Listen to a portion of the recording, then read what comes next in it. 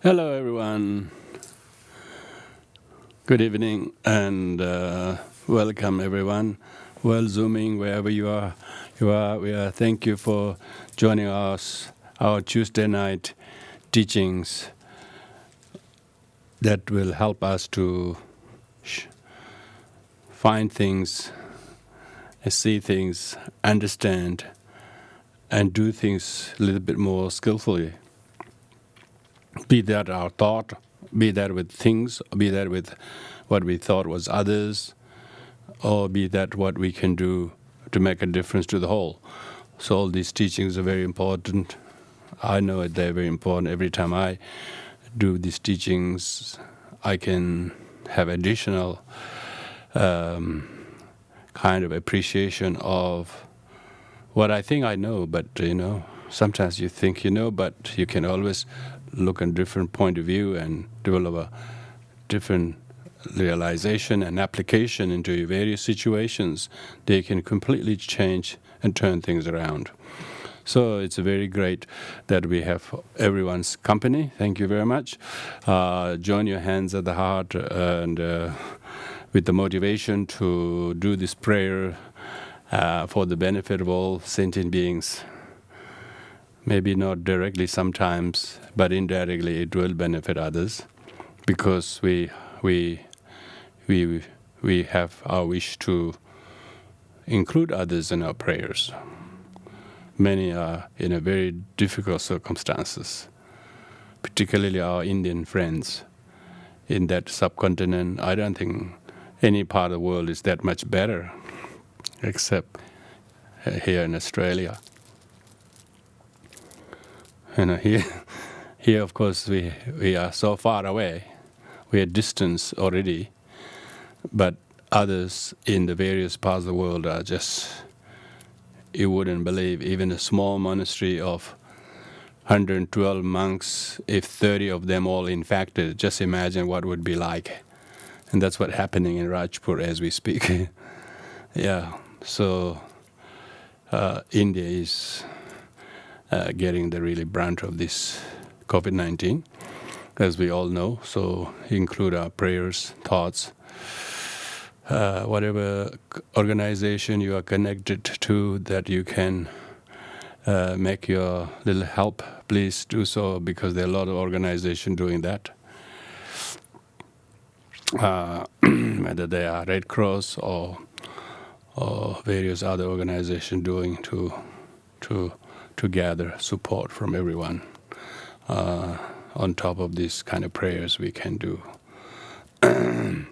Most of the places they don't have oxygen. They just died because they oxygen, not because most of the people in other countries they contract the disease, but they all recovered because they had oxygen. In India, most of them dying because they have no oxygen.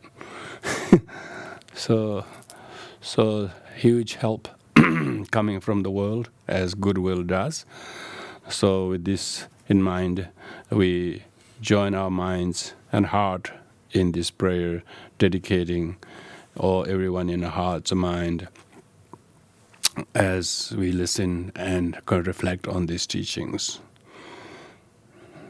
Oyenda Buddha Dhamma Sangha Ajara Vijaya Lajama Bhavaja Ajevandala Ajara Buddha Vajava and Buddha Dhamma Sangha Ajara Vijaya Lajama Bhavaja Ajevandala Ajara Buddha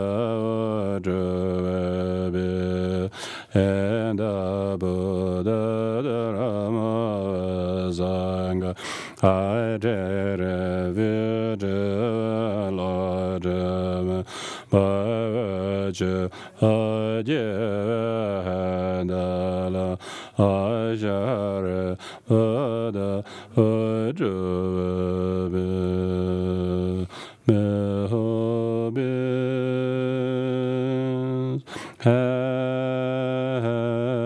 happiness, and the cause of happiness, may they be free from suffering, and the cause of suffering, may they never part from the happiness that no suffering, may they dwell equanimity, free from attachment and aversion to those near and far. May all beings happiness, and the cause of happiness, may they be free from suffering, and the cause of suffering, may they never from the happiness that knows no suffering,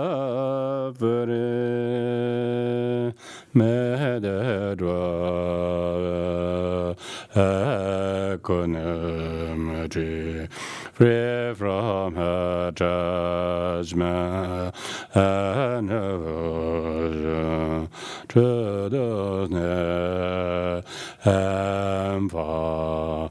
May all beings happiness, and the cause of happiness, may they be free from suffering, and the cause of suffering, may they never part from the happiness that knows no suffering, may they dwell equanimity, free from attachment and aversion to those near and far. Good intelligence and predisposition of evil, where they transcend Dharma, or grelo hegam vigil.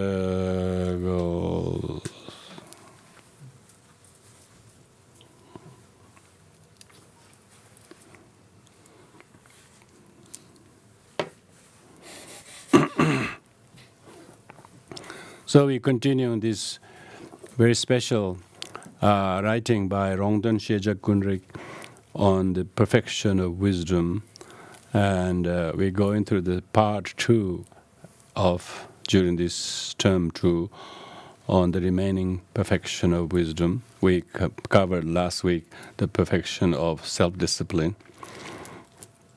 Each of these perfection of wisdom or perfections has to be practiced by understanding what it takes oneself to secure your motivation, and then do the application of what you have secured the motivation, what is called armoring your intention.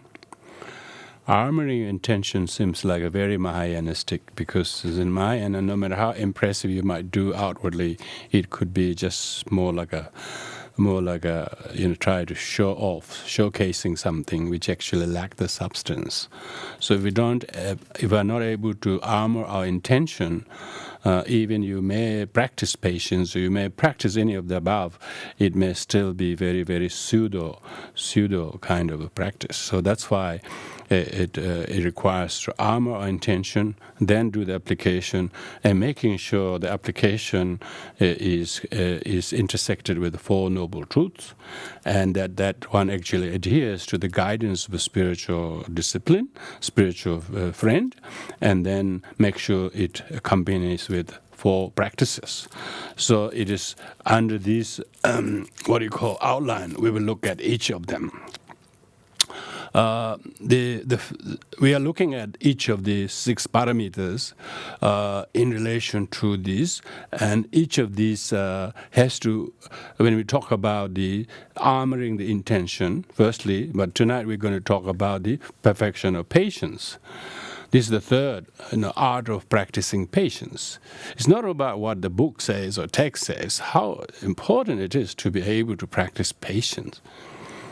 We're not talking about with people that is so hard on us, but with ourselves, with our own things, with our own physical situations or life situations. And we are often very, very impatient, irritable, don't like the things. We don't have any kind of training to practice patience. So here, the practice is there for how to develop patience, but firstly, to secure your intention. So that's what we call that, armoring your intention. Then applying the intention. The armored intention is covered by the first 3 analogies. We remember the earth-like determination, and the unchangeable goal-like intention, and the ever-improving nature of the practice of patience. So it's not that you practice patience yesterday and tomorrow is not bettering. So we need to improve. We need to increase our practice of patience incrementally, like the waxing moon. So those first 3 analogies are all about analogies to how to secure or armor the intention. Now, this doesn't mean only with patience. With whatever you do, it's good to have those 3. And then the 4th analogy was the analogy of how to apply. That's the application. The application of the armored intention should be like a fire. The fire burns everything without any hesitation.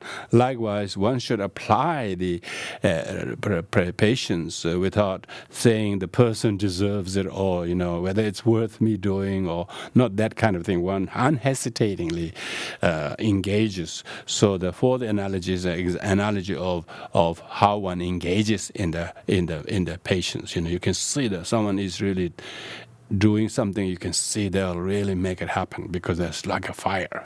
The application, be that patience, be that tolerance, whatever the case might be. And then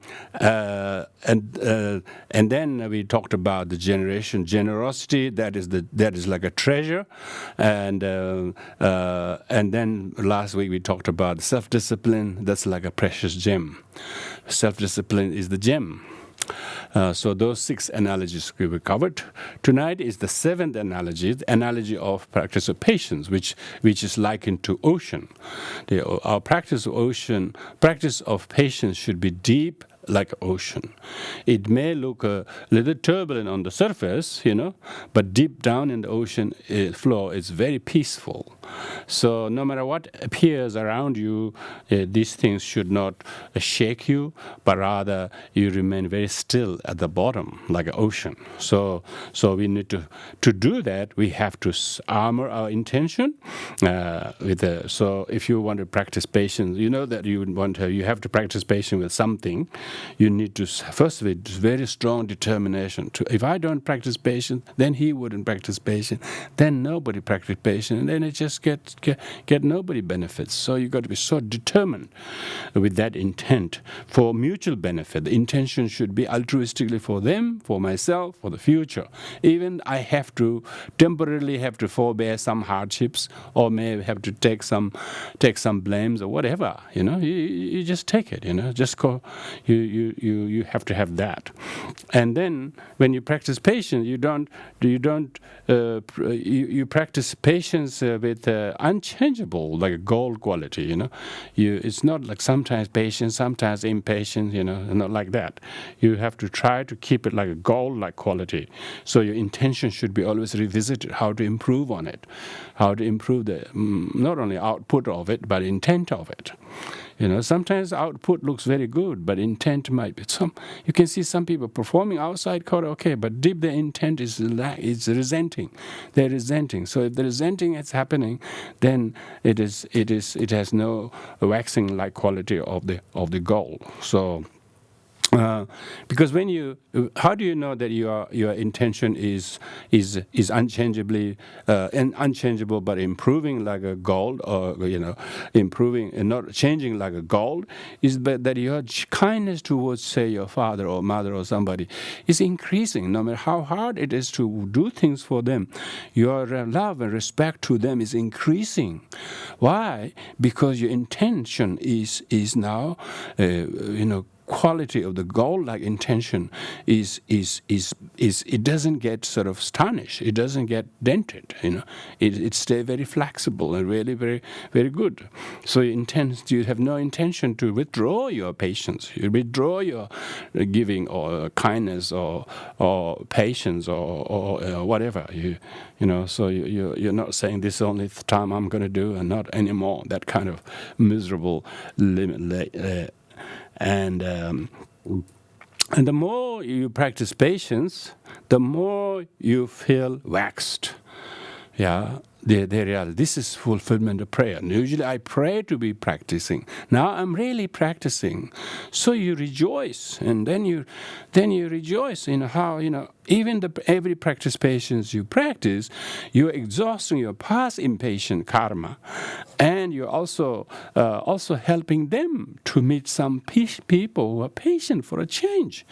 It will implant hope in the mind in humanity. They may have never met anybody patient. No wonder why they are so very impatient. So if you can inseminate a seed of patience with this person on that occasion, it will also help them. So with this in mind, you always try to improve their intention, saying it will, even though it's hard now, even though it's difficult today, even though difficult, I have to do this so much, but it will make my life meaningful, and it will burn the karma of impatience of myself, and so on. If you do that, then you keep improving these three in the determination, intention, and extraordinary intention, respectively gold, earth, gold, and waxing moon. Then your application, the second one is application, is the fire-like, like a fire. When you put any wood in that, or how a big log it is, first the big log almost killed the fire, but soon the big log is starting to burn, and the fire just won, and fire starting to flame big log, Like that, your patience burn your impatience, your intolerance, your enmity, your anger, your ill will, your retaliatory mentality. All of those things are fuels, So you're actually burning those neurotic, impatient, irritable behavior, karmically speaking. They say you shouldn't have destructive emotion. Those destructive emotions should be burned, You should burn them. Practice patience. Patience burns your own karma. Patience isn't some big favor to some people, some other people. People who don't have the armored intention think that they're being practicing patient, that they're being nice to the other people. They're actually burning their own karma. Like no other people can burn your karma. Only if you conscientiously burn the karma, then it will incinerate. pushing. Just like the fuel meets with the fire, all the fuel get destroyed and fire become better. So your own enthusiasm to practice patience increases, because then next time no suffering intimidates you. No suffering intimidates you. Suffering makes yourself to be invincible. You become invincible. You become patient. Because of that, you have less and less anger. Because anger is being incinerated. You can see no tension in the chest. You don't feel the weight on your shoulder. You're not carrying the baggage anymore. Because you're burning the damn thing, and who wanted to carry this weighty stuff when you can burn them? Yeah, so that's the example of application. Example of application should be like burning the fuel of anger. Not just with this person or that incident, but if you practice patience with that, for future issues, some other situation, you will be much more patient. You won't suffer from the anger next time. Or even anger over past things, this will be burnt by the present practice of patience. And these are my own past karmic drags that I'm burning. So with this in mind, one needs to burn the fuel of hatred. So those are the first two. This armoring the intention and the application of the intention, the engage. So the engagement, application of your whatever many types of patience that we will talk later should be always like that. Now, and then third is the laying the foundation on the Four Noble Truths, yeah? Laying the foundation of Four Noble Truths. To lay the foundation of Four Noble Truths, hatred is the true truth of origin, yeah? Truth of origin. Origin of your suffering is your hatred, not people, not boss, not partners, not difficult parents, or not difficult colleagues. Your origin of sorrow is your anger, your hatred, your hate and ill will, resentment to somebody is the true origin of sorrow. True origin. This is the truth. This is bitter truth. Most people don't want to accept. They think it's somebody else is at fault to make us feel angry.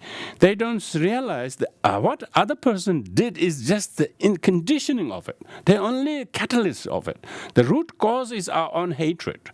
Root cause is our hatred, and hatred is caused by desire. Desire is caused by ignorance. So those three afflictions are always in hand. They always go together, those three. Watch out. Those three are deadly company. If hatred is there, it's got desire behind it. There's a desire behind it, it's ignorance of it. So if you're angry, so the true hatred is the true origin of suffering, yeah? And all the suffering you have in your life is the truth of suffering. Yeah? It's amazing. Amazing way to look at it. This is real Dharma. Real Dharma says that real Dharma hurts your pride, It hits your nest of the problem. Real suffering is due to your hatred, due to your desire, due to your ignorance. And what other people or things, these are just conditions. These are just conditions. Real cause, true origin is your root afflictions. So that's why when you look at the perfection of wisdom, what is the perfection of wisdom? It is perfection of the sorrow that prevents you from getting peace of patience. You don't have that. You have absence of patience. Because of that, you have no peace. You have a lot of turmoil, a lot of trouble. All the troubles, sufferings comes from one's own anger. So those two truths, truth of origin, truth of suffering. And practicing patience is the truth of the path. Amazing. That is the path, Practicing Dharma means practicing patience. People read pages and pages, do lots of mantras, But that's not Dharma practice. That's just a form of some practice. So don't throw your practice away. Don't throw away your practice. Those are just form of the practice. Form and substance, Form and substance of the practice. Culture of the practice. Form is. The real practice of Dharma is when you practice patience at work. on the road or in your real life situation. Even you sit on the cushion 2 hours a day, so what? If you cannot translate that patience in everyday life situation. So patience is the truth of the path. If you're on the path of the Dharma, you need to practice patience. Usually that is someone with whom you have enmity, aggression. You feel the aggression towards you. And if you feel their aggression, their intimidation, whatever their behavior is, aggressive, those are the most appropriate object of your focus of attention to practice patience with. So, patience is the truth of the path. Patience is the truth of the path. So it puts you on the path when you practice patience. If you practice patience, usually you practice patience with the opposite of the patience. Usually someone yells at you, screams at you, attacks you, accuses you. For ordinary people, this is terrible. But for Bodhisattva practitioner, this is an excellent opportunity to perfect your virtues. You can say, I had a bountiful day today. I had a bountiful day. Why? Because you were on the path. They put you on the path. They test you whether you're on the path or not. Your mala is shining, but your mind is not shining. That's the problem. People are doing a lot of prayers, the mala is shining, but their actual mind is not. It doesn't mean that the formal practice should be given up, but formal practice should not be just mere form, They should have substance. So, practicing patience is the being on the path. Yeah. And when you say path, usually we say eightfold path, path, What does it mean is you have to have the firstly right view to practice patience, saying this person's instigation of me is cause for me to practice patience. You have the right view. You don't see that your patience is not inherently existing. You don't have a sufficient patience. You just wish you have a good opportunity to practice. But if you didn't have any instigation, you couldn't practice. So your patience is interdependent on how much some instigation or some provocation or some catastrophe, some adverse situation. You have the fitness to transform that into practice patience. So therefore you have the right view. You can right view in the instigation or provocation is not truly existing. Not truly existing instigation. They could be a catalyst for your practice patience if you have this fitness. If you don't, it becomes cause of your misery if you don't have the fitness. So that's therefore when you have the right view is seeing the empty of inherent existence of what they do to you, having any adversarial harm to you when you have the Dharma. That's the right view. Right view sees form is emptiness. Form is emptiness. Emptiness is form. What the appearance or object itself is empty of inherent harm to you.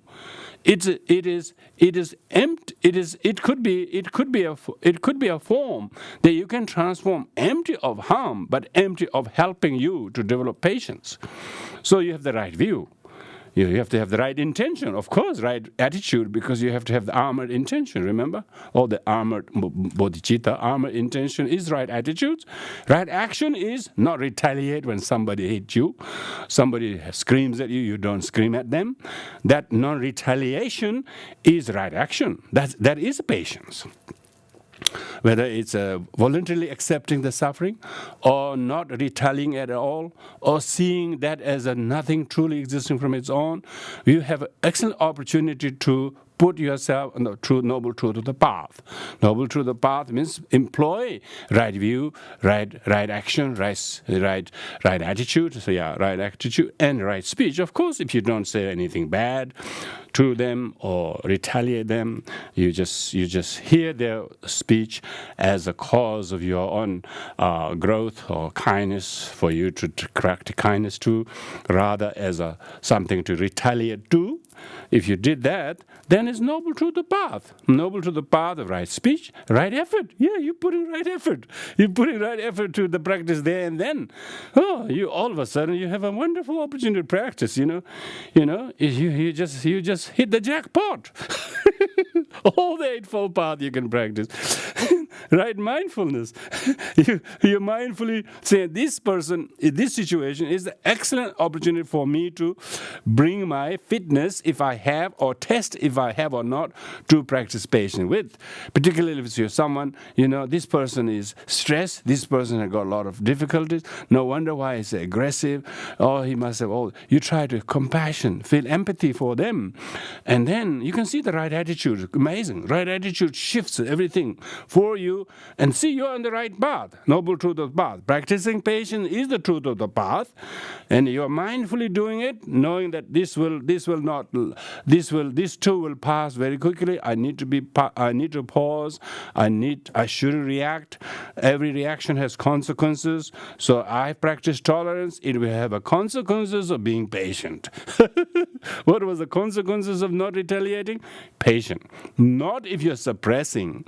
Not if you are suppressing and venting it and harboring ill will. No, of course not. Because that's why you have to armor the intention. That's why you have to do the armor the intentions and the application, and then you see when you apply the patience, you're on the truth of the path. Okay? Then the freedom from ill will to the person, to the incident, is truth of cessation. You see? You don't tell people, it was a hard time, I practiced patience, I'm glad it's over, that sort of thing. It's not a sigh of relief that it was over. You wish it went a bit longer. I could have kept going on, because nothing truly exists. Nothing truly exists anyway, with all things involved. So you see, now you got a really good mental constitution that's really working. So freedom from suffering by means of practicing, to be explained, details of the patience, is the cessation of truth of cessation. Then you no longer have after effect. You have peace. I'm so glad I'm practicing patience, but I couldn't have done that myself. It's all due to causes and conditions. You see? And to practice patience, so if the practicing patience is the truth of the path, there are three types of patience. First is patience of voluntary acceptance of suffering. Means you voluntarily accept suffering. Suffering in Buddhism is not a taboo subject, Suffering is the cause of compassion, cause of tolerance, cause of being on the path, cause of being able to practice medicine of the Dharma. I mean, why you practice medicine? Why you have so much medicine if you don't eat when you get sick? Yeah. Why you have so much medicine you don't eat when you get sick, particularly? So your medicine is patience, and you got to make sure you pack that up every day. You might just go somewhere overnight, but you always pack that one. Always pack that one. It's like a medicine. So when you hear this teaching, you remember these things, and then just mindfully learning to practice patience, whether it's weather, whether it's traffic, whether it's people, whether it's yourself. Usually yourself most of the time, by the way. until you realize that it's all out there. You have to be patient with. These are the people I really have to practice patience with.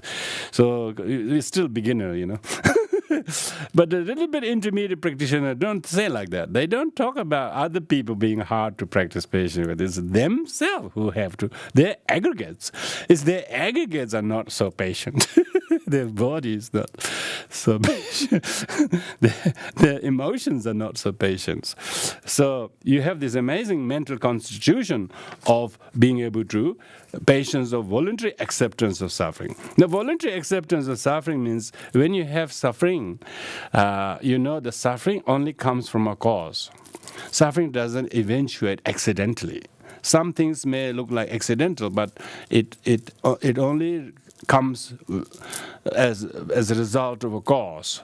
So if we voluntarily accept the suffering now as a result of wrong, impatient deeds which we practiced in the past, we were very impatient, we were very maybe aggressive or abusive to others, then we tend to attract those people who they're hired by our karma. You know? They're hired. They're henchmen hired by our own karma.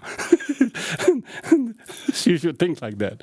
Oh, poor thing, poor thing that he do this, but it's all my doing that he's just the postman. He's just the postman. He's the messenger. Real message was sent by myself. So I sent that myself. Yes, I sent that in Istanbul through Post Restante. Yeah, that's right. I remember. Yeah, you don't remember? You sent yourself, did you not? So voluntary acceptance. Voluntary acceptance is a very good understanding of karma, You're not saying his wrongdoing is not hasn't got consequences to himself. You wouldn't believe it. You can never erase their negative karma. So if they are doing something wrong, it will definitely ripen on them. But if you voluntarily accept your share of it, that can weaken the sorrow in theirs. Weaken the velocity of the harm that their harm doing would have to them later on. Because your reaction, which wasn't there, your retaliation, which wasn't there, did not escalate it. So you basically de-escalated. Amazing. So you need to practice patience, not just to make you being good, but so as to relieve the sorrow of theirs. If I forbear this voluntary acceptance, this will also relieve their sufferings and lighten the overall suffering altogether. So with that right intention, when you practice patience, you are able to practice patience with voluntary acceptance of suffering. So that's the first one. The second one is patience of not minding the harm, not disregarding the harm. See, this is life. You just said this is life. Whatever you do, you always have to face these things. There's nothing really particular about this situation or me. It's a part of life. So you do not mind. You just disregard the sufferings. Bodhisattvas have to do so much. Even Shantideva says, in this, you wouldn't believe, Rongton doesn't bring any quote in this, He doesn't bring any quotes, He just gives this very, very pinpoints. He doesn't give many quotes like Shantideva, which he could do, So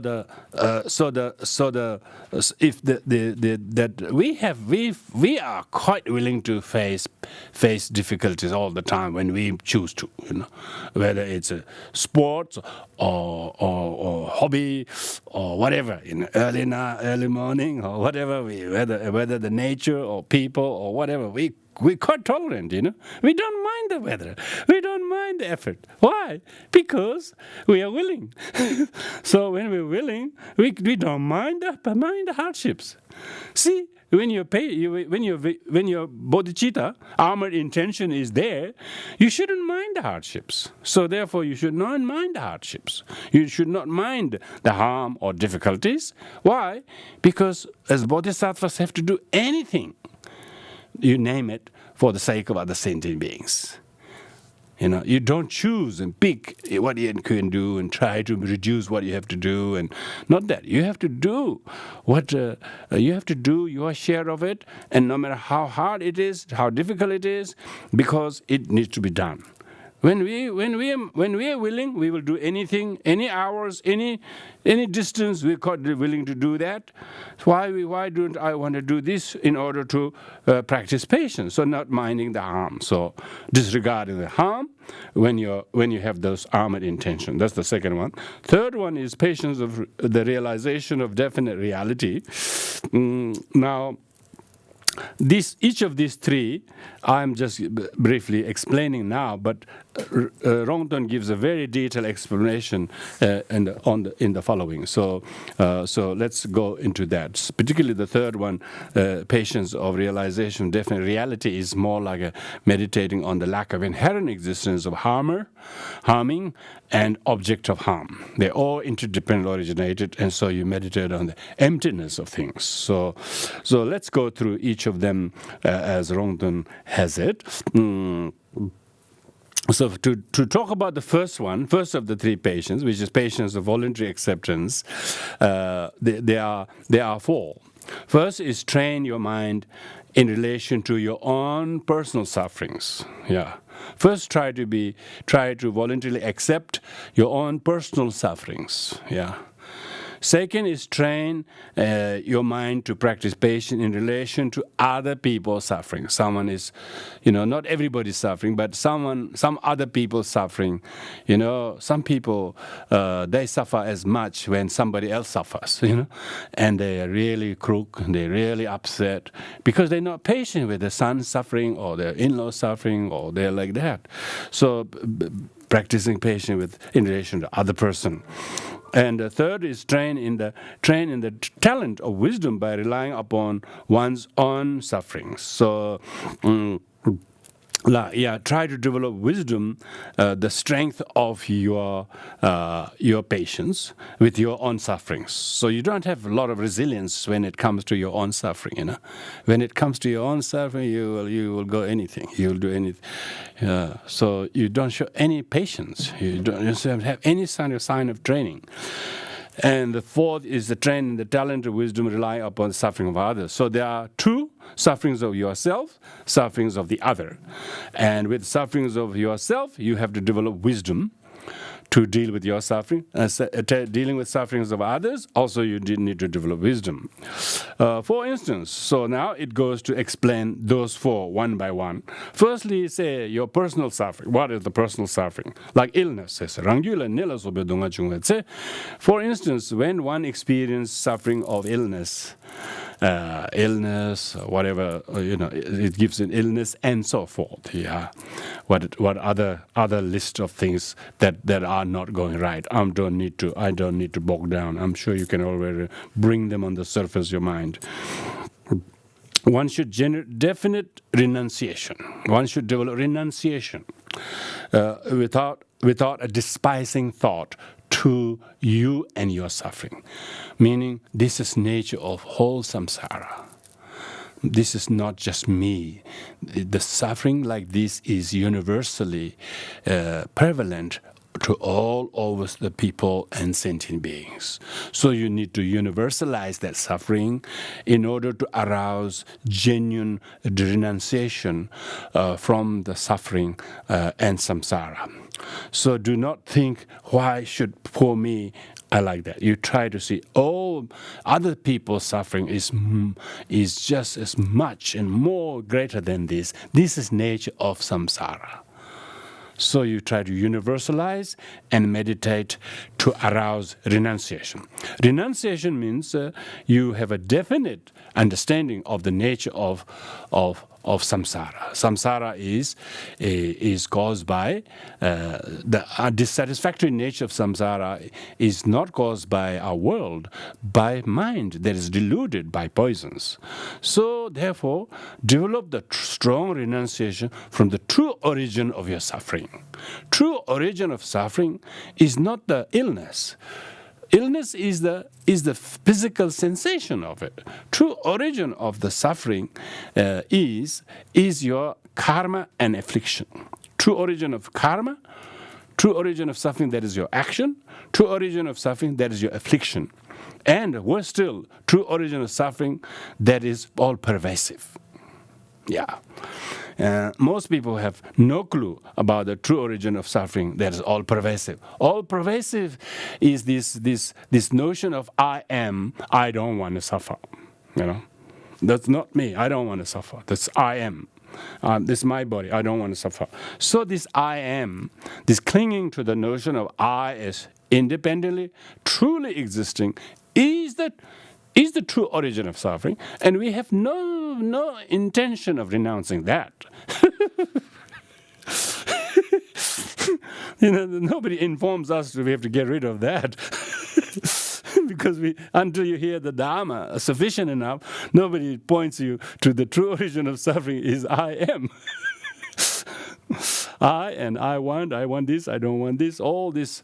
So that the I am, who is a pervasive conditioning, is the true origin of suffering. So we have to develop renunciation from I am, me, I and me. And because I am is so prominent, suffering will be prevalent. Suffering is very prevalent. So the rudimentary cause of suffering is this prevalent suffering of conditioning. This conditioning, thinking that that notion of entity of a person that we think is the male, we think that is a father, or we think that has this role and that role. When we start thinking I, my this, my that, because of this very egocentric mind that we are unconsciously practicing all the time. This is the true origin of suffering. And under the sway of this, which we are unconscious, then we are afflicted. Then we become afflicted, thinking, I am body, I am name, I am positions, I'm losing the position, my legs hurting. And then, as a result of that, we become attached to our legs as satisfactory when it's not.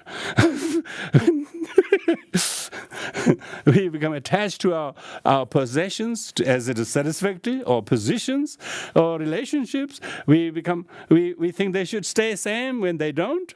Everything's impermanent, but we think they should be permanent.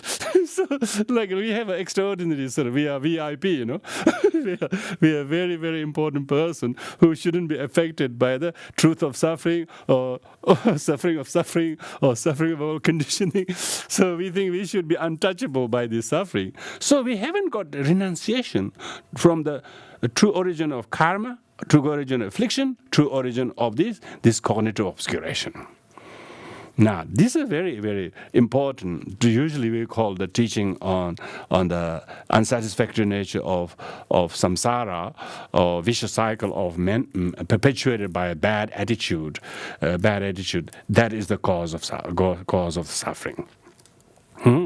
So, therefore, perfection of wisdom or practicing patience requires one to train one's mind in relation to your own suffering, whether that has come from your action, not just recent action, maybe actions 10 days ago, 10 weeks ago, 10 years ago, maybe 10 lifetimes ago, 1 lifetime ago. If you can't remember past life, just assume there was, and you wouldn't go wrong. Because what you didn't do in the past, you wouldn't experience the result. And so you just assume, you're disgusted. You develop renunciation from your own unconscious action that was consummated unconsciously. And therefore, person who experienced, for instance, a lot of suffering, talking about one's own illnesses, for instance. Everybody have illnesses, so it's nothing personal about it. The just question is, what kind of illnesses? Whatever the illnesses, some people might have no eyes, for instance, and even if their eyes is never working, always painful, never seeing anything, always problem of eyes, day, week after week, year after year, and that means they committed an action in the past that may have poked the needle in the eyes of a bird. Who knows, Oh, you thought you were fishing with the friends, having a nice afternoon, but you actually put this hook through the mouth of the little fish, and it caught his eyes as well.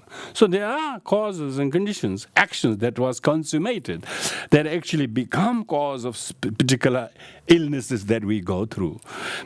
So therefore, what it means by the true origin of our personal suffering, such as illnesses, has similar actions we have committed. So we are habitually experiencing effect of what we did to others. Habitually, we are still doing them. And so with this in mind, all the undesirable things that we undergo through, we go through in everyday life, including illnesses, one should see that as an excellent opportunity to develop renunciation from the hidden causes which we didn't know we were creating in the past. And if I practice patience with the illness, then it will become a cause of perfection of patience, and this will become the broom that will slowly sweep away my own actions and obscurations, karma, which I did not renounce or reject myself previously. Now, as they ripen, all the illnesses, the difficulty I'm going through, this is sweeping. They say the practicing of patience is the sweeper of your past karma and defilements. And when you voluntarily accept your illnesses or whatever, then you actually welcome them. You actually welcome, meet and greet. Oh yes, there it comes. You meet and greet your karma, and seeing these are my own doing. Meaning you're happy that they're ripening when you have the dharma. I'm glad you arrived because I've got dharma these days. So you don't feel underprepared. You say, oh good, I have dharma, so it's really good time you came. You don't mind the suffering happening to you, and you wish the suffering stay long. Stay long, because the more longer the suffering stayed, that much it will test your goldness, test your endurance and resilience, and you try. You're not wishing that this suffering will go away quickly. You're not like that. You say, let this suffering stay as long as it does, so it can do a good sweep cleaning. Because it's like those people who come and clean your carpet, They say, do you want another go? It will cost another $200. You want to shampoo again because very badly stained. So you say, he says, he done the thing for what he quoted, but your carpet's too dirty. And then you say, oh, never mind, okay, another 200, please do another shampoo. So he said, oh, the shampoo guy was here 3 hours. Really good. Because if he did just 1 hour, not so clean, If he did 3 hours, after was very clean. Like that. So you really see your karma is being cleansed away by the hardships. Now you need a lot of fitness. You need a lot of fitness and resilience to be able to do that, So that comes from the bodhicitta, the altruistic motivation. You need to do it not just so that you can perfect your patience, but all the impatience we practice in the world, all the people who are impatient at the office, at the work, at the home, may all of their sufferings ripen upon these difficulties that I'm going through. Tonglen, they call it. You don't have to do Tonglen when you have to got all the learning. You have to free learning. You can do the free learning. You have got the free delivery. You don't even have to visualize them coming. Usually in Tonglen you have to visualize there's some bad things coming to you when they're not happening. Here you don't even have to visualize. So you just wow. This is home delivery. People are delivering your acts of the past so that you can completely incinerate them. Remember, you got the fire going. You can burn all of them. You got the burner on, And so the more the fuel, the bigger the fire. Bigger the fire, and there's no sign of you declining your bodhicitta. There's no sign of showing weariness from you. Nyamba mepa means there's no sign of you showing wear and tear, but you even more resilient. That you are indomitable. You're indomitable, and see the object of your harm as benefactor. Isn't it very good? Now, see, now your perception is happening. The object that harms you are the true benefactor of your perfection patience. I mean, people thank the the vacuum guy, who came and did the carpet cleaning. You thank them. He sucked all your dirt, and you still thank him. You thank him. So you should see him or her or them or the situation as the most appropriate objects of attention. Most appropriate object of attention to practice Dharma. To practice the Dharma. And you, no matter how much the suffering piles up, you have no intention of rejecting. You have no intention of becoming angry to it, let alone bargaining, accepting them wholeheartedly. So that is the accepting one's personal suffering with the voluntary practicing voluntary acceptance of your suffering. So train your mind in relation to your own personal suffering. What does people do when they cannot cope with their personal suffering? Then they go and talk to somebody. They say, what did they do to me? Look at this. Can you help me? Can you please help me? So that they don't do these things to me. which is completely getting rid of all the opportunities. Which is getting rid of what they call helping. They don't help you. They just stop you from getting helped. But when you have Dharma, I'm talking about Dharma here, those who have refuge, you need to see why you have refuge. You have refuge not to retaliate. You have refuge to feel safe, that you have the right kind of mind, the right kind of Dharma that completely empowers you to change the karma and your own liking. Temporarily it might be bitter. It might be unpalatable to your liking, but it's, of course, cleaning the carpet doesn't look good, noisy and a lot of things. But after cleaning, you can see how fresh it is. So you don't mind the difficulty that you have to go through, and that endurance, that resilience that you show, and not retaliating, not rejecting, is voluntary acceptance. You wouldn't believe quite a lot of the suffering we encounter are exact things we did to others. Not the same level we did. We did a small thing, but it has become this big. So the capital was very little, but with the interest, it has become very big. Over a long period of time, the things increase the debt. So that's the training in the training the mind in relation to one's own suffering. One's own suffering. Now the second one is training the mind in relation to other people's suffering. Yeah, other people who might be just near your own loved ones. We got in plenty of other people's suffering that affects us. We don't seem to feel the sufferings of everyone that is other. We're talking about sufferings of others who are within your circle of concern, your loved ones, your father, your mother, your daughter, your ex, your wife, your job, your place, whatever they are, what the suffering they have. Usually the society says, if somebody is suffering, somebody has a problem, we don't want to have them in our midst. We're too good to have those people.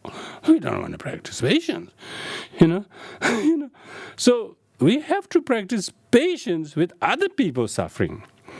And what's the Bodhisattva's good for? His own suffering. His own suffering is very patient, but with others he can't do nothing. What kind of Bodhisattva is that? Why you sharpen the knife so much? Cut nothing. So, if you train all these practice patience, you should be able to do with others. So, one should train the mind when it comes to relation with suffering of, say, your mother or somebody close to you when they're going through. Some people, most of people, when somebody near the suffering, they really think it's a prayer is working or something. Then they think everything is very, but usually they don't so, because they cannot accept that suffering. They don't have voluntary acceptance of being able to accept that suffering of your whoever that it is, and then calmly able to tolerate that. So when you see suffering of someone that is close and affecting you, you should say, may all the sufferings of others, such as sickness and whatever that my mother has, then ripen upon me. It is my duty to accept it and nurse them or care them or whatever I need to do. So all the difficulties that you have to go through, you actually visualize them ripen on you. Because karmically you will feel the brunt of it. Because the more attached you are to your mother or loved ones, that much their suffering affects you. So usually we tend to reject. I don't want to have my mother go like this. Then it really affects my job. I can't do my things. And all of a sudden we are inconvenienced. Suffering is... patience is inconvenient practice, it will inconvenience. It will be the perfection of inconvenience. All the inconvenience situation, you need to embrace it and then voluntarily visualize them, take them. May all the suffering of my loved one, this and that, and all sentient beings, their sickness, their suffering, their loss, their sadness, all ripen upon myself. So that is the voluntarily accepting suffering of other people, instead of saying the world shouldn't go like this. Like when we do prayer, may all beings be free from suffering and the cause of suffering. That's just wishful thinking, that may there be no suffering. This is very real prayer. May all the sufferings of them ripen on me. Because that is real training, being able to not wishing there were no suffering, but more all those suffering just fall on me, because I have got very good at having suffering anyway, so it wouldn't make much difference to have more. And particularly you got the Dharma, you can just pulverize all the sufferings. You can utilize the sufferings all meaningful. You got this processing machine, you have this perfection of wisdom happening in you, so you can process this suffering into emptiness. And on the relative level, you accept all of them. Ultimate level, you will see the emptiness, of course. So you will be able to practice that. So the patience of so that's to do with voluntary acceptance of sufferings of others. If somebody has a suffering that affects you, straight away say, may all the sufferings of others, such as this brother of mine or whatever, all ripen upon myself, and just visualize them and do whatever you can, practically speaking, giving time or attention or help or company or doing few things for them or whatever. So much so you really know that you are suffering because you're doing for them. Because usually we really have no time for suffering. We don't want to have suffering, let alone other people suffering. So this is taking on the sufferings of others. Taking on the sufferings of others as out of compassion. Out of compassion you take on suffering. You can't physically remove somebody's suffering even if you say so, okay? This is training of the mind, remember? Training of the mind. So that you're robust enough to wish, may all the sufferings ripen upon myself. By doing that, what happens is your mind becomes now very, very, very, very resilient to not reject sufferings and voluntarily accept suffering. Because Shantideva says, what does suffering do? Why should you accept suffering? Suffering becomes antidote to the pride of your ego. Suffering is an antidote to your pride of ego, and suffering is also cause of exhausting the karma that you currently are going through anyway. So it will wash that even more efficiently, and also by accepting suffering, it will not be returned as another suffering. It's amazing. You can see how to uncause future suffering by accepting suffering this year. It's like putting on a solar power, solar thing. You have to go out of pocket, says $5,000 this year, so the next 20 years. Anyway, that's what they say. I don't know. Next 20 years, you will be paying less. It's like that. Like that. If you practice patience now, you will be so strong and resilient next time. Those things doesn't harm you in the slightest. You wouldn't call that harm. You wouldn't call them inconvenient. You will call them as a part and parcel of practicing Dharma and a practitioner of Mahayana Dharma. So with this in mind, you will develop this ability to voluntarily tolerate other people's suffering. So that's then. The second is the patience of not minding the harm, yeah? Patience of not disregarding the harm, yeah? So what do you do? One should intensify the practice of patience by taking on sickness and sufferings of others, like adding fuel on the burning fire without any sign of discouragement or fear, as if you overlook them. It's nothing to you. So therefore, you do not mind. You have already seen enough suffering anyway. You have suffering of all pervasive conditioning all the time, so it's not too much on top of your shoulder. You got plenty of suffering. So what you're going through is suffering of suffering, maybe suffering of change, but those are small sufferings, because this small suffering might get rid of your suffering of all pervasive conditioning, So you're actually capitalizing, and therefore you disregard the harm these things has, yeah? Because, it's His Holiness Dalai Lama says, when you practice patience, it's not a sign of weakness, it's a sign of strength. You're not playing the weak person that you are at fault. Sure, you don't mind thinking you're at fault. You're at fault all the time anyway, so it's not a difficult or hard to imagine. You don't have to imagine you being perfect. So you've been imperfect all lives, So it's not a bad news. Not a new bad news, It's just all bad news. It's very good, very good. So it's you're in a pile of shit anyway. So so it's good to have a little diary on top of your head.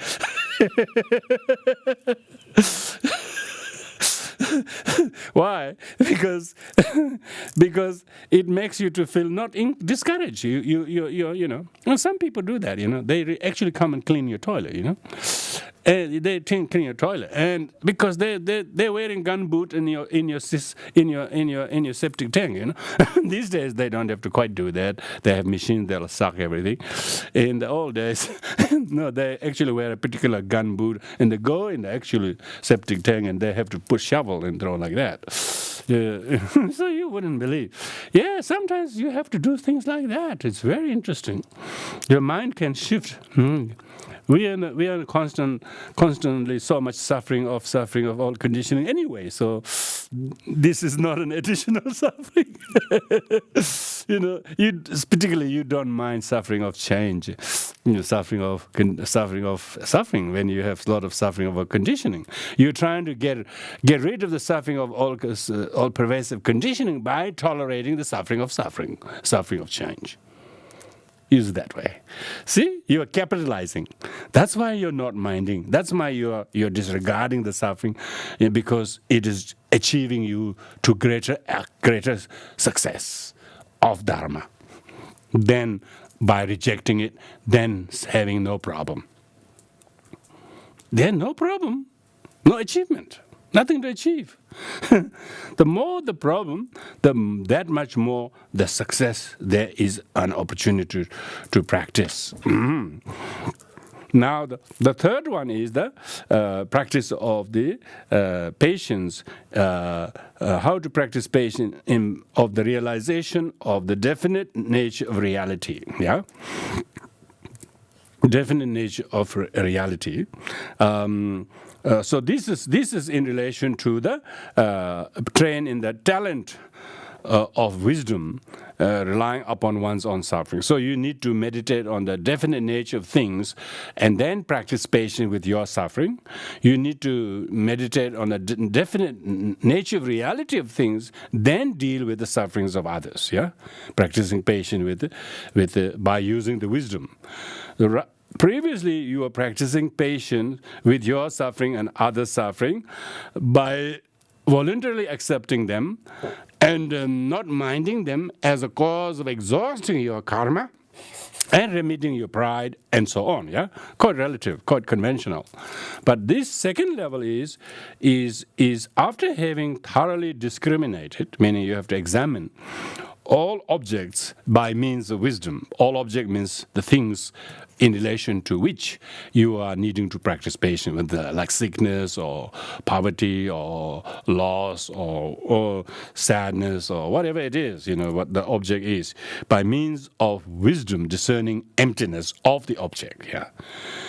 So you're actually seeing the lack of inherent existence of the object, the illness, because the illness that you had was not always illness. It was health. Your leg was perfectly fine a couple of years ago. You had a perfectly working leg all these last 57 years. Only last few months ago, So it was never inherently sick leg, So so the present object of your suffering or patience, what you're practicing, is not truly existing. It's just a temporary phase. It is going through that. So you meditate on by discriminating the object by means of wisdom. Carefully analyze everything up to all minor particle, and then one should not discriminate and objectify even subatomic particles. So you do not see nothing. There isn't anything that is really. By the time you break down to the particles and the partless particles, you do not see any leg there. Yeah. I don't know whether you can see the emptiness of the leg and then practice patience.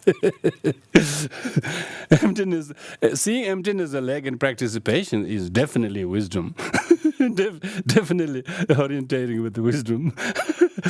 Quite different from saying if I practice patience, this will remedy my pride. You see that these are two levels. One is quite relative level of practice patience, training the mind. Another thing is training the mind, but wisdom orientated, meditating by discerning the nature of reality of the object as it is, and try to dissect which aspect of the leg. It's not the knee, not the shin bone. Where is it? Ankle. Oh, ankle. Yeah. Where's the truly existing ankle that hurts, that is not joined with the shin bone? Shin bone is okay. Really? Shin boneless ankle? Yes. Shin boneless ankle. Your shin bone is truly perfectly fine. The ankle is not. That doesn't seem right. They're all composite. So by the time you dissect everything, break them, there is no truly existing unsatisfactory ankle. And only in relation to the tendon that is attached to the some other ligaments and all the way to the neck, I think. They're so interdependently originated. So there's no truly existing unsatisfactory ankle. It's all connected with so many other things. So you realize, it's not your leg at all. You're just not noticing their interdependence. It's not your truly existing ankle that's the problem. It's the interdependent nature of all the different parts of the biology. Composite, they call composite. Transient collection is the right Buddhist word. But I think the scientific word composite is good. Tumapungbe pungbo. The Sanskrit is they call skanda. Skanda means pile. It's a pile of things. Everything is a pile of things, but there is nothing in the pile that is pile. The pile is made out of non-pile, and pile is made out of many particles and so on. And therefore, your particular part of the body that you are really impatient with, people say, "Oh, my shoulder." Next time you will see, this stuff, you say, "Oh, my whole composites." very good. Oh, my all composites. Oh, my composites. Who is my composite? Oh, my composites, Because usually we think it's only that part of the body is the real problem. You wouldn't believe the karma is so interconnected that there are so many parts that are affected, So therefore, you do not see a truly existing shoulder that is fit or truly existing that shoulder that is unfit. They are all not truly existing whatsoever. They are all compiled together. They are all bounded, aggregated together, and therefore, having discriminated through the momentary part of the mind. Now, this is now subjectively looking, not just the partless particles of the ankle. now, having discriminated through the momentary part of the mind, one should analyze all the way up to the extreme end of the momentary ultimate and ultimately not conceiving even the ultimate moment. One enters into space like meditative equanimity, so much so that objects of patience, the practitioner of the patience, or the practice of patience are not conceived at all. So you were trying to practice patience. Are you sure? Where is the patient person who hasn't have to work with the ankle? Ankle is part and parcel of the patience, and patient is part and parcel of the ankle. There is all mutually inclusive, all mutually inclusive. So who's patient to with whom? So when you do that, your aversion to the ankle or the leg that you thought was the problem is inconceived. It's not conceivable, unobjectifiable there. So meditate. So the meditation on the nature of the definite reality as they are, practicing patience, that's the most important one. A lot of people do the other two patience of non-retaliation, patience of voluntary acceptance, and disregarding the harm, all of that. But they fail to meditate on the lack of inherent existence of the object, the subject, and activity from the on-side. Yeah. So that's all three types of patience in relation to your suffering and the sufferings of others. Then it says, how should one practice these both in meditation and as post meditation? In meditation is when things are happening, you should do that. You should go through the patience of voluntary acceptance, not minding and not retaliating, and all of that. Here, non-retaliation isn't specifically mentioned, but if you are doing the first two, practicing patience of voluntary acceptance and not minding, you wouldn't be retaliating anyway. So sometimes the patience of non-retaliation is listed separately, but it's only doable when you are voluntarily accepting, you're not retaliating. When you're not minding this harm, you're not retaliating. Because when you're not retaliating, you're voluntarily accepting. When you're accepting, you're not retaliating. and when you are when you're not minding this, and then you don't have to do anything in relation to that, because you're doing the very thing that is. So that's why. And then third one, this is meditating on the ultimate reality of things. They're in relation to object and subject and action. That's the most important. So those are the.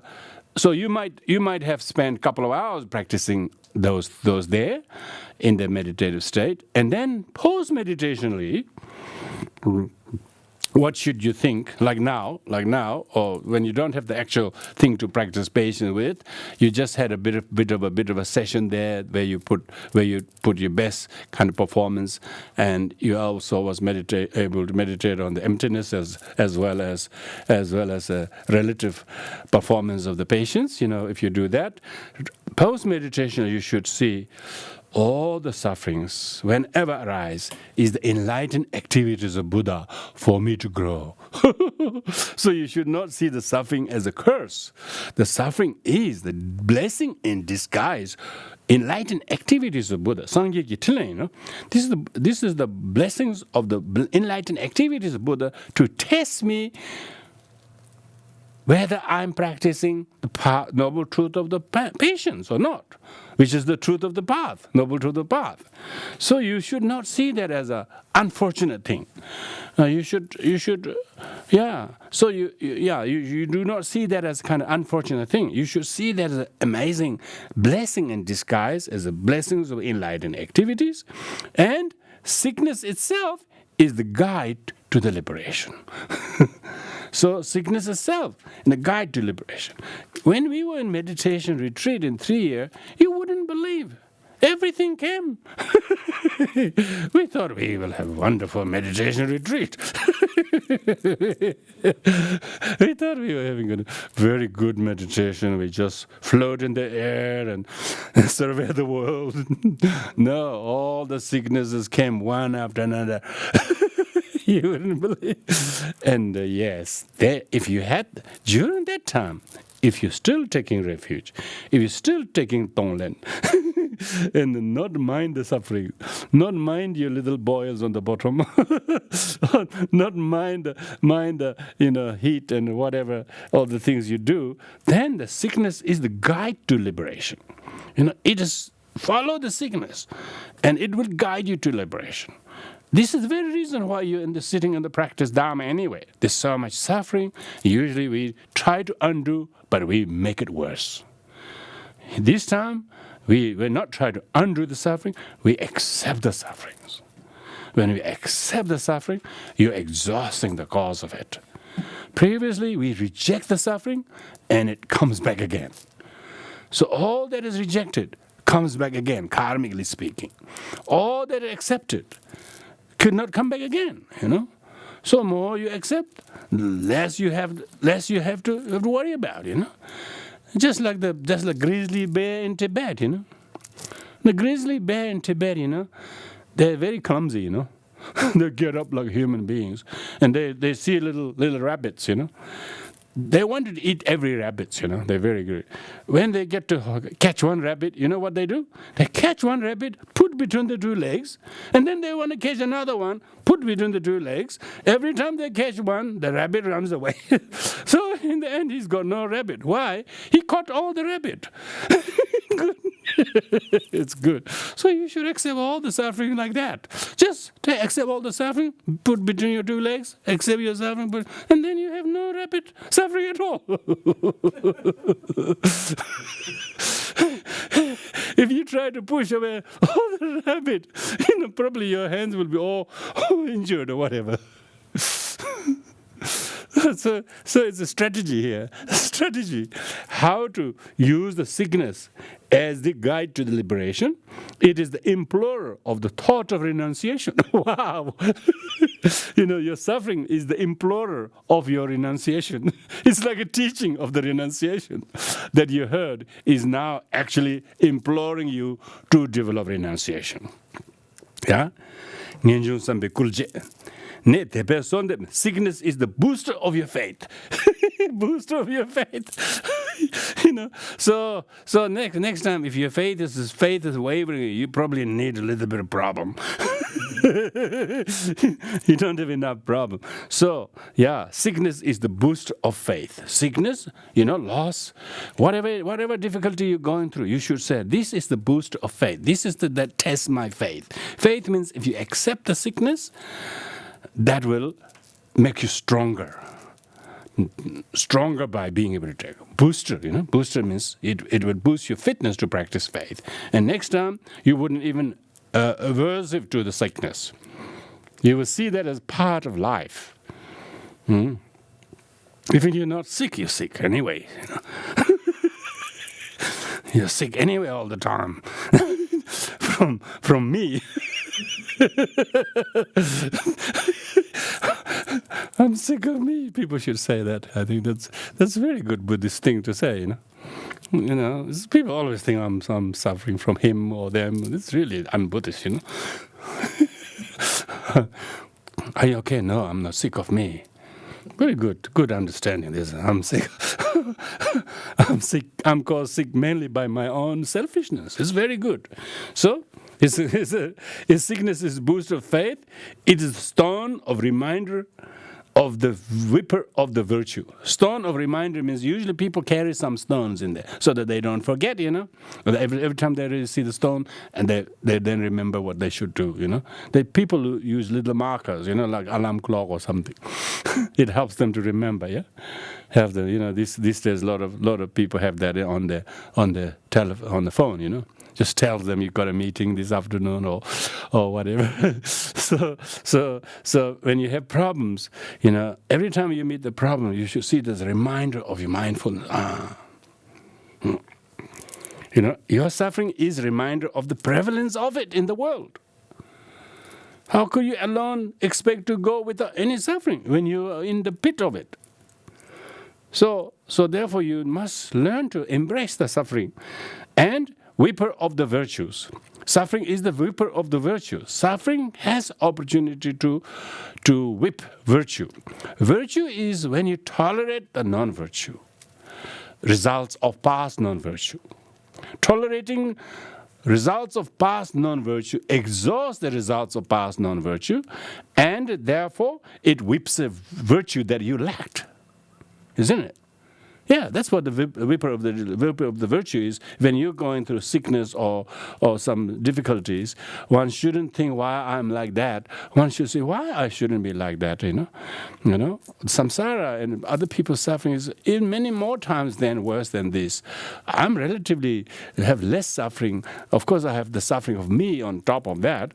But this suffering will be the cause of whipping diligence and virtue in me. So you don't become impatient or aversive to the suffering of the illness or whatsoever, and you use it. Shantideva says, how many times I have died uselessly. Let this time, if I have to die, let my death be useful.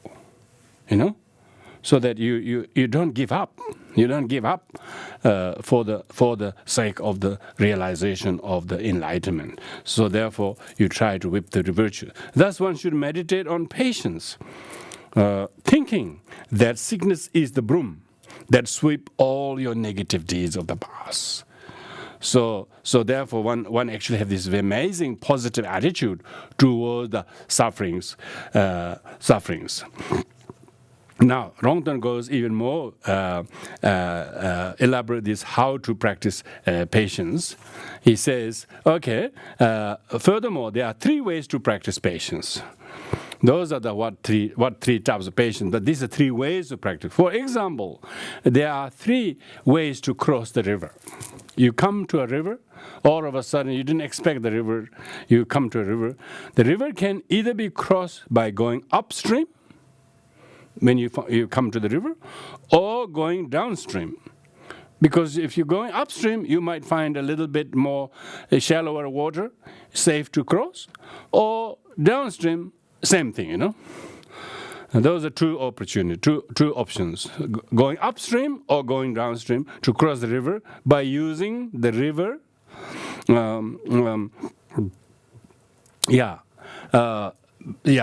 Or the third option is to cross the river where you arrive, using the river itself as the path, with a ferry or a boat. If you have a ferry or boat, you don't have to go upstream, you don't have to go downstream. So most people are vehicleless. Most people have no vehicle. So they're wandering upstreams instead of finding shallower, even more deeper. Then wasted all that time looking for upstream. Then they have to return all the way they started and thinking they can find a more shallower downstream. It's getting even more deeper. And then get frustrated whole afternoon. So these are people who don't have the way. To people who don't have the vehicle, like the boat. Yeah? Amazing analogy, isn't it? So, as the first 2 alternatives are too far and less likely that the river will be found to be shallow and safe to be crossing, So firstly, it takes a long time for you to go that far. So you have to be patient to walk all that far. And maybe only to be disappointed not finding any. And same goes going that way. So So therefore, as these two alternatives are too far and cannot be certain that you can cross quickly, with the last and third alternative, one will easily and quickly cross the river. So what's that? You have the patience. You have the patience, which is the vehicle, which is the boat. You need to have the boat. Similarly, when harmed by enemy, when harmed by your illness, or people, or evil spirits, the true objects of patience, there are three methods to practice patience. One is being patient while saying one will not commit misdeeds, and by avoiding confrontation with the enemy. so that's the hopeless first alternative. Second is one being patient while wishing to practice Dharma after subduing the enemy through the use of authority or spell. So people try to invoke green Tara or something, invoke some fierce deities mantras or something. You can conquer those things, The third one is being patient by using the enemy itself as the path, enemy itself as the path. So river, that very river should be crossed where you are by using itself as the cause. Of the three, the first two options are unskillful, because the first one is saying one will not commit misdeeds by avoiding confrontation with people. So you try not to do anything, as if you don't do anything, things will just disappear, So that's basically ignoring as it will disappear by itself, Often there's a lot of that. People do that. Oh, they say just let it be as will go away. The second one is being patient while wishing to practice Dharma after subduing the enemy through the use of authority spell. So you think you will practice Dharma later. First, you have to use all these magical spells to finish the enemy. So those two are not. So third one is being patient by using the enemy as the path, because the first two are not skillful and take a long time and no guarantee for good result. Third alternative has great merit to swiftly accumulate merit and attain Buddhahood. So that means that you actually use the very object of the problem, by using those three methods we were talking about. Voluntary acceptance, and not minding the harm, and then meditating on the lack of inherent existence of the object or the problem from its own side, and then bear with yourself the tough and difficulty you might go through, and understand the object of our problem as not someone independently existing, how they are conditioned by our attitude. Try to see how they are conditioned by my attitude, or him or her or them, and their only appearance caused by my attitude. I condition them to be like this myself, and I spoil them myself, or I unrealistically expected them to be like this, and I'm basically reaping the seed I've sown. See, that's very, very logical, and you can see the role you played. You don't see inherently existing object that is a problem for its own side. That's why you can now accept the fair share of your own contribution. By the time you accept your share of contribution, or your fair responsibility, how much is the problem? Now, 50% less. 50% less, that's a big 50% less. Means most people are not willing to accept the 50% of their own fair share of the problem. By the time you accept your own share of it, and then how much it has conditioned by not accepting it, how much it has conditioned the other to appear the way that it appears, see, they're not truly existing. They're just totally dependent, conditioned by our own unconscious attitudes or behaviors and so on. So when you see that, now by the time you subtract, or by the time you take back all the things you have, put the effort, condition, then how much of the problem now is much smaller. Now you can truly accept it, So because of the rational, so you don't practice patience, what they call idiot compassion, Idiot is because you think it's your fault, You think it's your fault, so you practice patience, and it's not like that. It's the Dharma is not teaching you how to think it's all your fault, It's a really unhealthy thing, That everything is interdependently conditioned, and everything's conditioned, and we have a huge part in it, both the solution as well as the problem. You shouldn't think that we have to find solution when the problem is entirely created by somebody. When you have that, you're going to suffer. You're going to suffer patient fatigue. You will resent that you have to practice patience. But every time you do practice patience with this kind of holistic understanding, you feel how much the shared suffering, conditioned suffering, is also deconditionable by the wisdom discerning lack of inherent existence of the object, subject, and activities. So neither there is a danger of us being the rescuer, as if we did all the hard lifting to clean their mess. We don't think like that. Even the solution is not entirely ours. Solution is Buddha Dharma. But even then, it's not entirely Buddha Dharma if we don't practice it. You can see the solution in Buddha Dharma, and you can see the solution in Buddha Dharma and tie all this book on your head. Solution is all the Buddha Dharma, and put all the books on your head, thinking the Buddha Dharma will solve the problem. Solution is not the scripture books.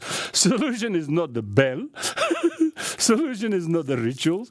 Solution is a clear, skillful dispensation of the practice. Very holistic, very realistic, and very fair-minded. Very rational, very scientific, if you like. I don't think I need to be scientific, but, very logical, If you need to be scientific, it definitely has every room for the science to explain why it is a healthy thing to do that way. Because they can see the psychology, the physics, everything is contributing one to another, how interdependent originated everything is. They may not use that word, but they use certain words like contingent and things like that, they call contingency. It's talking about relative truth, everything's contingent, Even in modern finance, they call it contingency. Everything is dependent on a number of factors. Nothing is independently, the problem is not independently they're making or you are making. That's amazingly healthy, Quite a lot of people think it's all my fault.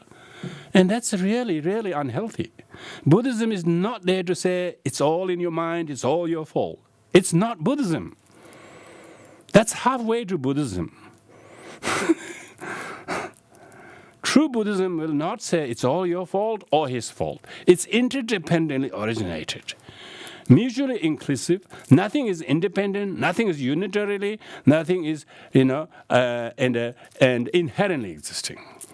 Be that problem, be that solution. So you're not independently rescuer of somebody, of suffering, nor is they are the cause of your suffering. So the river is not the real problem. River could be the amazing cause of your sailing on it, You could just gallantly sail on the river with the boat, and not even a small piece of your clothes get wet. You use the very river. Instead of river become a problem, you go rafting on it. You cross the other side amazingly, yeah? So like that, you don't get drowned by the river when you know what to do with the river. So you don't get drowned by the suffering when you know how to undo the suffering by learning to negotiate that with the practice of the perfection of wisdom, yeah?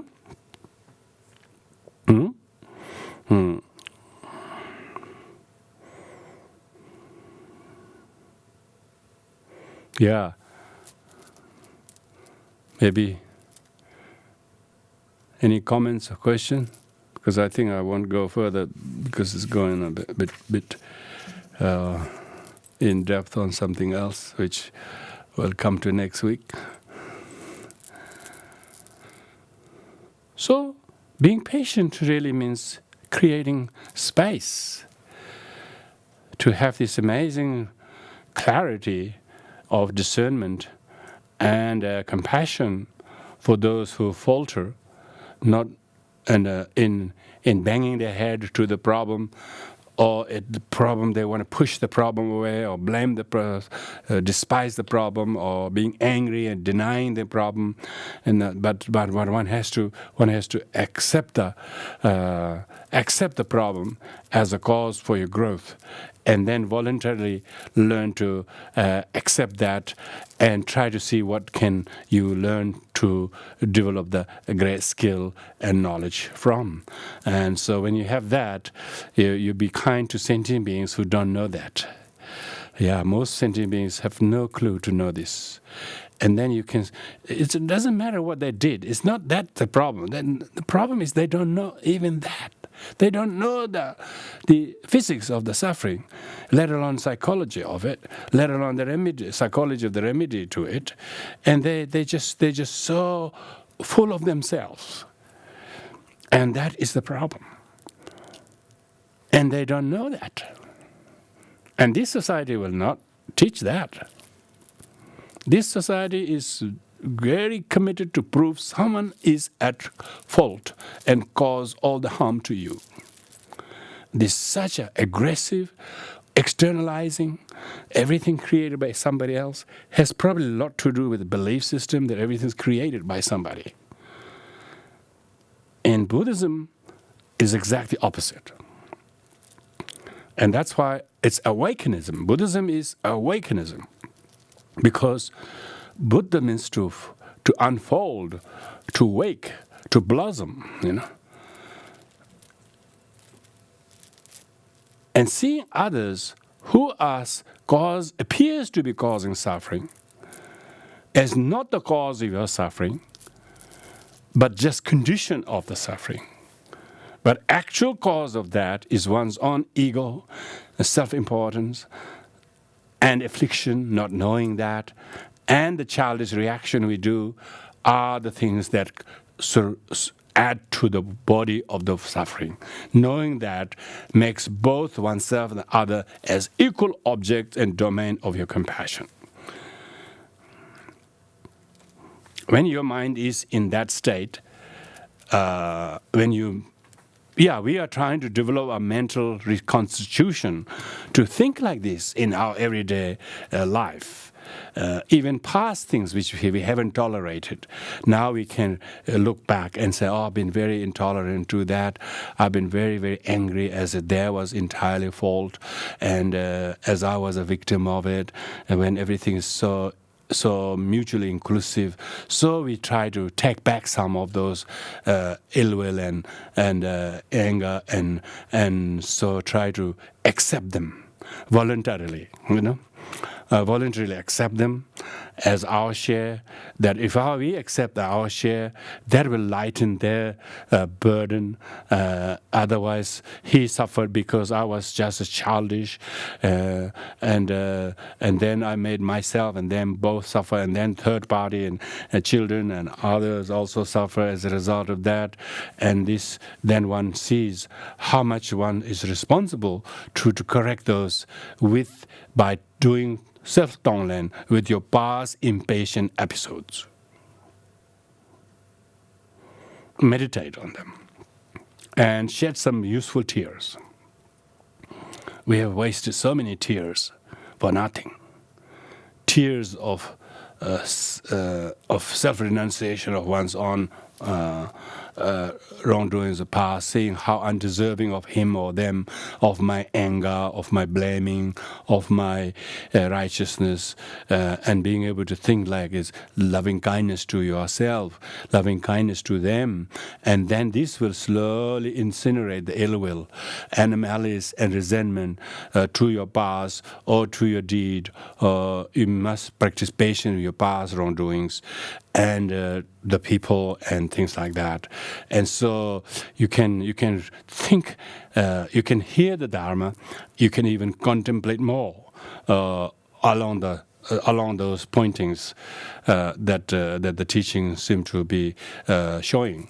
And when you know what the Dharma is pointing towards and what to do, then one can actually reflect on some past experiences. You can have a huge healing can take place.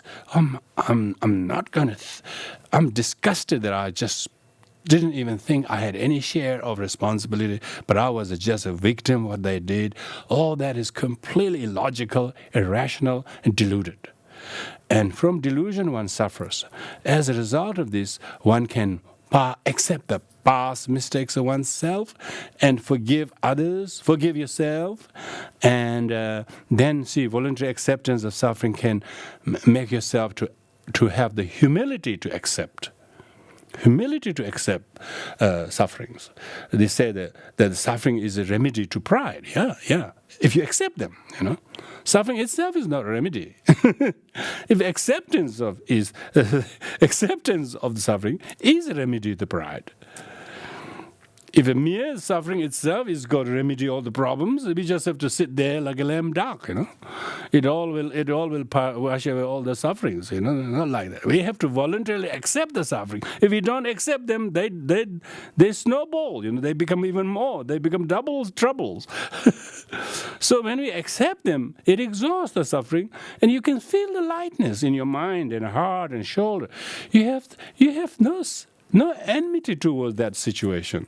You feel amazing compassion, empathy towards the people and the situation. You can see how quickly you completely change your mentality, reconstituted your mind. The Dharma is medicine. Medicine should be applied so that there is no symptoms of the ill will left. That is incineration of the hate.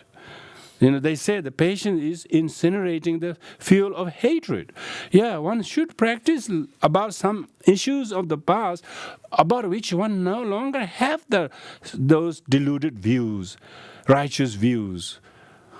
And so much so, you feel, wow, amazing opening, just like a big kind of clot has been removed out of your system, and you feel your tissues are now open because not clogged.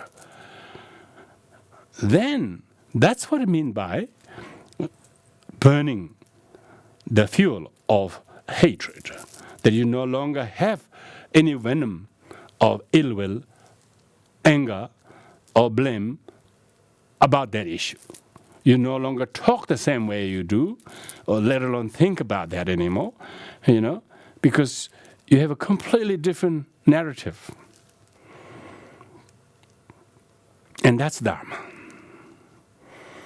The realization of Dharma means this amazing sense of shift and an attitude, and that's a right view. Yeah, right view. You will get right view. You will right view. You don't see that as a victim or something like that anymore. You see the interdependent origination of all things, and how the skillful dispensation of the Dharma and makes us feel cessation of sorrow. You no longer have this sorrow of the anger or enmity, of ill will, of malice, or towards anything. You see them as an illusion, You see them as some nightmare or something. But when you're in a good state of mind, you don't think like that anymore. And so that kind of we don't use the word paramita for nothing. Shanti paramita. And perfection of wisdom is that there's almost like there's a kind of a fine tuning that there is no ill will or enmity left in your mind, and then there's real peace. There's a lot of peace, a lot of joy, gratitude, and love, and profound room for all the qualities to blossom. Buddha means to blossom. All the enlightened qualities will blossom. Of course, your sense organs and your perceptions, your attitudes are all now shifting. It's become very, very flexible. They're not locked in, You have reset everything now. You're not in a kind of old pattern. You can reset your mind. And when you meditate, when you listen, when you contemplate, and when you make this as your thought, this is where your motto of practice patience, and practicing patience is compassion. Practicing patience is loving kindness. Practicing patience is generosity. Practicing patience is discipline. Practicing patience is diligence. Practicing patience is meditation. Without sitting down meditating, you are practicing meditation when you're practicing patience. Because the object that you focus on is right before you, and you might as well utilize the object with full attention and intention and actualization. And every action has a result. The result is sweet or bitter. And when one practices patience, there's a lot of, it's like peace. Nirvana means absence of sorrow. Yeah, sorrows are dwindling, are no longer generating or increasing. Because you don't see them as permanent and real and independent, as truly existing what they appear to be. When you had so much cataract, of course, a different matter. But when you have the wisdom eye opened, of course, you have this discerning mind to see. People say, can you see it? You say, yes, I see it. Are you sure you're seeing it? If you're seeing these perfection wisdom, they say, if you see the one who sees the perfection wisdom sees the Buddha, they say. Buddha said, one who sees the truth of perfection wisdom sees me. And so the seer of the truth, seer of the truth is one who have discipline to listen, read and study, meditate, and make the Dharma as your thought. And then it continue to make yourself having a much sharper, penetrative insight with which you see what appears is not what it is. What's hidden are the ones your mind is seeking to see. What is obvious is all deluded composition of mutual karmic preconditionings. And all those could be lifted by the veil could be lifted by the penetrative insight of the seeing one mind that sees the truth, noble truth of the path, and truth of the origin of sorrow, and the truth of suffering, and how to bring the truth of cessation. And cessation actually means there's no sorrow, no sorrow caused by I am, I want. These things is less allowed to proliferate.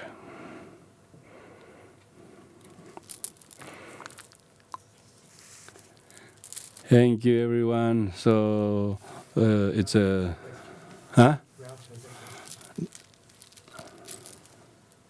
Ralph has a question. I was interested in the last aspect, which was the meditating on the true reality, the interdependence of and non-existence of the problem and the solution. And I get overwhelmed by how interconnected everything is. Where's the skill in deciding to keep the problem and the solution into something that you can handle and not be connected to everything? Is there... I don't understand. I can see how you could have a problem and it's because of... It wouldn't exist because something else happened and someone else is involved that you're not even there, and you want to have some sensation about ultimately, but you don't know how far back in yourself to go before you can make some action, you can take some acceptance, you can do something to alleviate suffering and do some compassion, be patient. If everything's interconnected, how do you cut off a piece big enough to handle when you're not very big? Yeah, because everything is interdependent, it is possible to create interdependent, liberative art of solution of the problem. If everything is not interdependent, you might say how far I need to go to make it possible, as there's actual distance you need to go. But the moment you are able to survey the prevalence of the suffering is usually caused by karma and affliction. It doesn't have to know whether it was 2005 or 1934. It doesn't really matter, you know. You don't have, if we are not archaeologists or scientists trying to find exactly which life was it we did this, that I have to face this type of thing. But there are a lot more causes, conditionings that are at play than the exact thing what we did. So that kind of nitpicking something that we did that we have to go through now is not the point of it. The point of it is that how much all else is involved in as much as the problem there is, and how much of the problem becomes our problem right now is how much of that is our I am, how much is mine. How do I decide how much to take? How do I feel?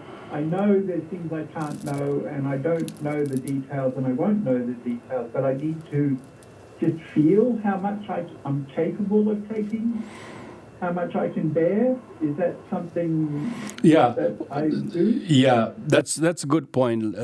Well, we need to cross the river that is in front of us, but we do not see. Maybe my boat wasn't made properly. Maybe I haven't got this. Instead of surveying that, you need to use the tools and vehicle that you have in the given situation. Because to think that you will need to know so much that you can perfect the solution is not interdependent. So interdependent origination is as much as how many other forces are at play that you yourself will be able to practice. Even though we experience number of those harms, but often we are ill-equipped to practice patience. It's not that there's lack of problem, but always lack of the solution. It's not the solution is lacking, but lack of understanding of the problem that caused the problem. So when we know the cause of the problem, which we know here, the true origin of suffering is karma and afflictions. And when we say karma and affliction, there's a lot of the karma and affliction we wouldn't know, and we shouldn't even try that we want to know everything because we are not omniscient. So we need to go as far as our capacity permits us to accept the suffering, and with that understanding, and then you can see how much the suffering itself is now transforming you. It's more like what the suffering is transforming you, changing you, rather than how much you know exactly everything that you want to know. That will be beyond our capacity yet,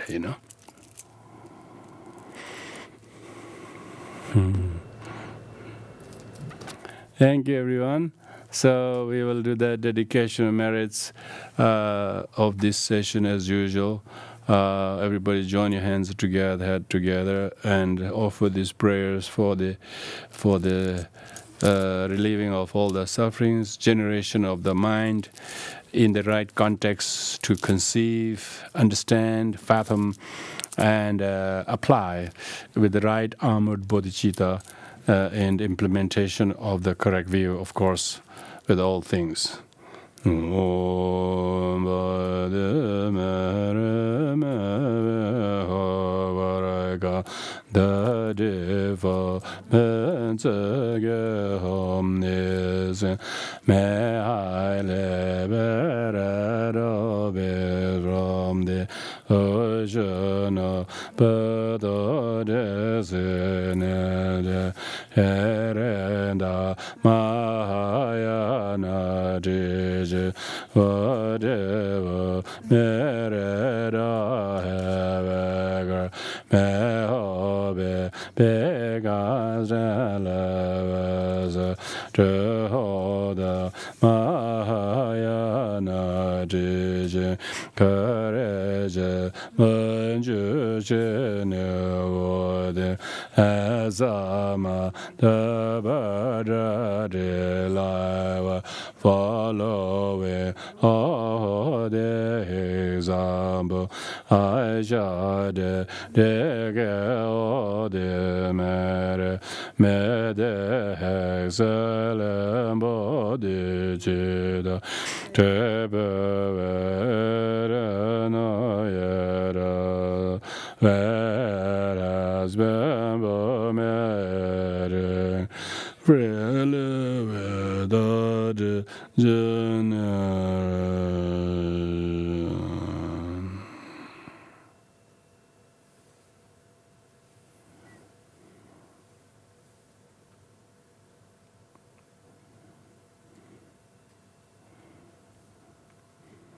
Thank you, everyone.